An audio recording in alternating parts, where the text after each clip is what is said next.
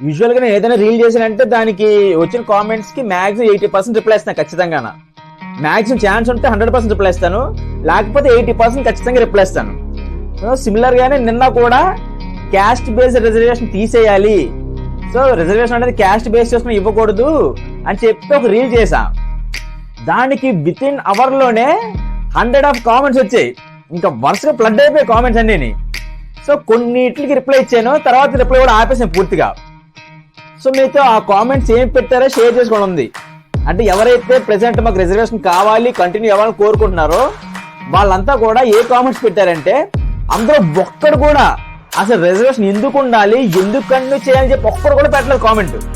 ప్రతి ఒక్కరు ఏం పెట్టారు అసలు కామెంట్, మీరైతే ఎస్సీ ఉమెన్ పెళ్లి చేసుకుంటారా, మమ్మల్ని బ్రాహ్మణ్స్ ఉమెన్ పెళ్లి చేసుకోవడానికి ఎలా చేస్తారా, ఇవి అడుగుతున్నారు క్వశ్చన్స్.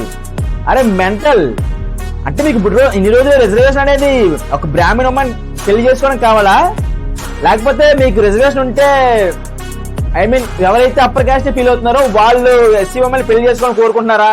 అంటే దీనికోసం మీరు రిజర్వేషన్ కోరుకునేది. కొంతమంది ఏమని మమ్మల్ని కూడా బ్రాహ్మణ్స్ తో కలుపుకొని గుళ్ళో పూజలు చేయడానికి ఎలా చేస్తారా అన్న. అంటే మీకు ఇప్పుడు గుళ్ళో పూజలు చేయడానికి రిజర్వేషన్ కావాలా? అసలు మీకు రిజర్వేషన్ ఎందుకు ఇచ్చారు, ఎందుకు కావాలి ఒక్కడికైనా అర్థమైందా? నేను ఒక్కడైనా చెప్తున్నా చూసాను, ఒక్క సెన్సిబుల్ కామెంట్ లేదు, నేను ఒక్క కామెంట్ కూడా డిలీట్ చేయలేదు.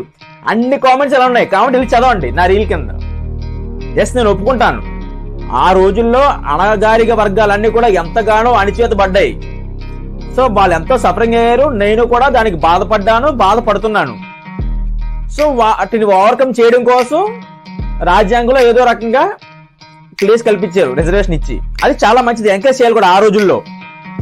కానీ డేస్ ప్రొపగేట్ అయ్యే కొలది లైఫ్ స్టైల్ మారాలి కదా. ఇంకిన్ని రోజులంటే మనం దాని మీద డిపెండ్ అయి ఉంటాం, మనం దేశాన్ని కూడా ముందుకు తీసుకెళ్ళాలి కదా.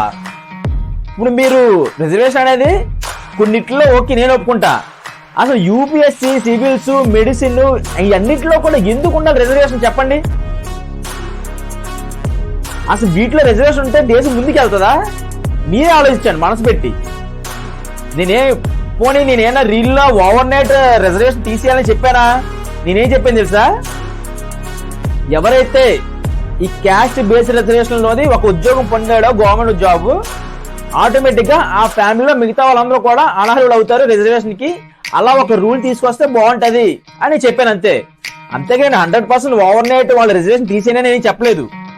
ఇప్పుడు ఎవరైనా ఒక ఫ్యామిలీలో క్యాస్ట్ బేస్డ్ రిజర్వేషన్ మీద గవర్నమెంట్ జాబ్ పొద్దున అనుకోండి, సో ఆటోమేటిక్ గా మిగతా వాళ్ళు ఎంతో కొంత సెటిల్ అవుతారు కదా. సో ఇంకా నెక్స్ట్ జనరేషన్ నుంచి మిగతా వాళ్ళకి ఈ క్యాస్ట్ బేస్డ్ రిజర్వేషన్ అనేది వర్తించదు అనే రూల్ తీసుకొస్తే బాగుంటది. అలా మనం క్రమక్రమంగా రిజర్వేషన్ రిమూవ్ చేస్తే దేశం ముందుకు వెళ్తుంది అని చెప్పారు అంతే. దాన్ని ఎవడో పట్టించుకోకుండా రిజర్వేషన్ తీసేయాలా, మేము బ్రాహ్మణ్స్ ఉమెన్ పెళ్లి చేసుకుని మీరు ఒప్పుకుంటారా? అరే అసలు ఒక అమ్మాయి ఎవరిని పెళ్లి చేసుకోవాలనేది ఆ అమ్మాయి ఇష్టం, క్యాస్ట్ రిజర్వేషన్ ఏ సంబంధం లేదు. ఆ అమ్మాయి ఎవరితో కలిసి ఉన్నా కోరుకుంటే ఆ అమ్మాయి ఇష్టం, కలిసి ఉంటది లేకపోతే ఉండదు. మీరెవరు గొట్టంగా చెప్పడానికి మా బ్రాహ్మణ్స్ అమ్మాయి మమ్మల్ని పెళ్లి చేసుకోండి అని చెప్పి? అలాగే నన్ను అడుగుతున్నాడు మీరు ఎస్సీ అమ్మాయి పెళ్లి చేసుకుంటే, ఏమో నాకు ఆ అమ్మాయి నచ్చితే ఆ అమ్మాయికి నాకు సెట్ అయితే నేను ఖచ్చితంగా చేసుకుంటానేమో.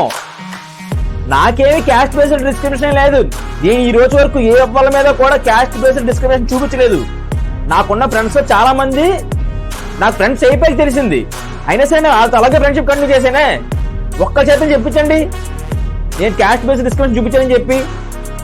మీకు నిజంగా దమ్ముంటే మీకు రిజర్వేషన్ ఎందుకు కావాలో చెప్పండి, అప్పుడు అవి కారణాలు నిజంగానే యాక్సెప్టబుల్గా ఉంటే ఎస్ రిజర్వేషన్ కంటిన్యూ చేయొచ్చు.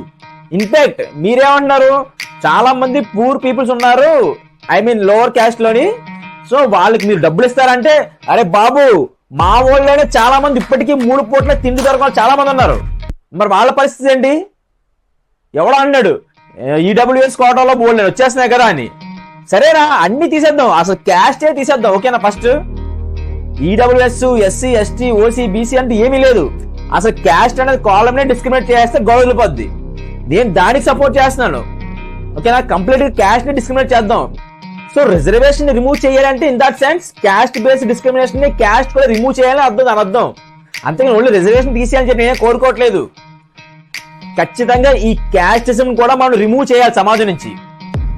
అసలు ఎటువంటి భేదాలు లేకుండా మనిషి అన్నవాడు మనిషి అంతే. ఒక కాలం క్రియేట్ చేసిన తర్వాత ఇప్పుడు గవర్నమెంట్ వెబ్సైట్స్ అన్నా అసలు క్యాస్ట్ అనే కాలం రిమూవ్ చేస్తే కంప్లీట్గా గొడవ వదిలిపోద్ది. ప్రతి మనిషి వాళ్ళ హక్కుల కోసం పోరాడాలి అంతే. అంతేగాని క్యాస్ట్ బేస్ చేసుకుని రిజర్వేషన్ ఇస్తే ఒకసారి బయటకు వచ్చి చూడండి రా, అప్పర్ క్యాస్ట్ లో ఎంతో మంది ఎంత ఇబ్బంది పడతారో మీకు తెలుసు. అసలు మీరేదో అనుకుంటున్నారు, సరే పూర్వకాలంలో మీరు నిజంగానే అణిచేది గురయ్యారు, నేను ఒప్పుకుంటా, నేను కాదనలేదు కదా. కాదంటే అప్పుడు మీరు కండెమ్ చేయాలి. అప్పుడు జరిగిన అణిచివేతకే ఇన్ని రోజు సంవత్సరాలు రిజర్వేషన్ ఇచ్చారు, మేమే యాక్సెప్ట్ చేశారు, అంటే జనాలు కూడా అందరూ యాక్సెప్ట్ చేశారు. కానీ ఎన్ని సంవత్సరానికి అలా ఉంటే దేశం ఎప్పుడు ముందుకు వెళ్తుంది? మనం దేశం కోసం కూడా ఆలోచించాలి కదా. పోనీ పూర్ పీపుల్ నిజంగా మీలోనే ఉన్నారా? వీళ్ళలో కూడా చాలా మంది పూర్ పీపుల్స్ ఉన్నారు కదా. సో వాళ్ళకి మరి ఎక్కడి నుంచి వస్తారు రిజర్వేషన్? సో అందుకే రిజర్వేషన్ ఇస్తే అందరికీ ఇవ్వాలి, లేదంటే అందరికీ రిజర్వేషన్ తీసేయాలి. అందరికీ సమానత్వం ఉండాలి, క్యాస్ట్ లేకుండా చేయాలి. దానికోసం నేను పోరాడుతున్నాను. నేనైతే ఎవరి మీద క్యాస్ట్ డిస్క్రిమినేషన్ చూపించలేదు, చూపించరు కూడా. నాకు తెలిసి ఎవరైనా సరే క్యాస్ట్ ని రిలీజియన్ ని వాడుకున్నాడు అంటే ప్రౌడ్గా, వాళ్ళంత డమ్ ఇంకెవరు ఉండరు. అంటే వాడు రియల్ లైఫ్ లో ఏమి సాధించలే అర్థం.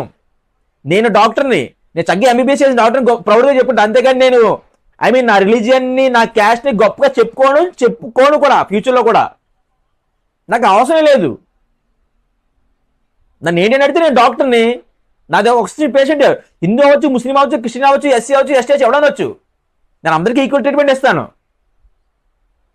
అలానే అందరూ ఈక్వల్గా సమానంగా ట్రీట్ చేయడం అలవాటు చేసుకోవాలి. అందరూ కూడా అర్థం చేసుకొని రిజర్వేషన్ని ఫేసెస్ వైస్ అయినా మనం రిమూవ్ చేసేలాగా పోరాడాలి. లేదు మీరు బ్రాహ్మిన్స్ అమ్మాయినే పెళ్లి చేసుకోవడం కోసం మీకు రిజర్వేషన్ కావాలి, మా వాళ్ళలో కూడా ఎస్సీ ఎస్టీ అమ్మాయిని పెళ్లి చేసుకోవడం కోసం మీకు రిజర్వేషన్ కావాలి అంటే ఇక మిమ్మల్ని ఎవరు మార్చలేరు. మీరు ఆ థింకింగ్ లో ఉంటే వీళ్ళు కూడా అలాగే ట్రీట్ చేస్తారు మిమ్మల్ని.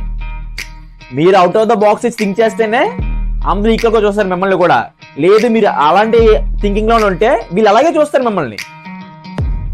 మీరు బయటకు వచ్చి చెప్పాలి దమ్ముతోని, తొక్కల రిజర్వేషన్ మీరు ఇచ్చేదంటారా మాకు మేము సాధించుకోగలం, ఏదైనా మేము పోరాడి గెలుచుకుంటాం, మాది దమ్ము ఉంది, మీ నిజాయితీగా చదివి నిజాయితీగా సక్సెస్ కొడతాము, మీ తొక్కల రిజర్వేషన్ మాకెవరికి కావాలి, మాది దమ్ము ఉంది, మాకు సత్తా ఉంది, మేము దమ్మున్న మనుషులవి అని చెప్పి నిరూపించి బుద్ధి చెప్పాలి ఎవడైతే డిస్క్రిమినేషన్ చూపిస్తున్నాడో.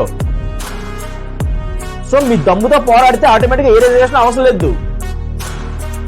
మీకు నిజంగా రిజర్వేషన్ అంటే ఫైనాన్షియల్ కండిషన్ మీద బేస్ చేసుకుని రిజర్వేషన్ సరిపోద్ది. అది ఎస్సీ అయినా, ఓసీ అయినా, బీసీ అయినా, ఎవరైనా సరే. సో కొంచెం out of the box think చేయాలని కోరుకుంటున్నాను. లేదు మేము ఇలాగే మాకు రిజర్వేషనే కావాలి, మాకు చేత కాదు, మేమేం సాధించలేము, మేము ఇలాగే జీవితకాలం దొబ్బు తింటాము, మాకు ఇదే దిక్కు అనుకుంటే మీ ఇష్టం, మీరు ఇలాగే చేసుకోండి. మిమ్మల్ని ఎవరు కాపాడలేడు. దేశం ఇలాగే ఇంకా పూర్తిగా అధోగతి పాలైపోద్ది. సంకనాకండి.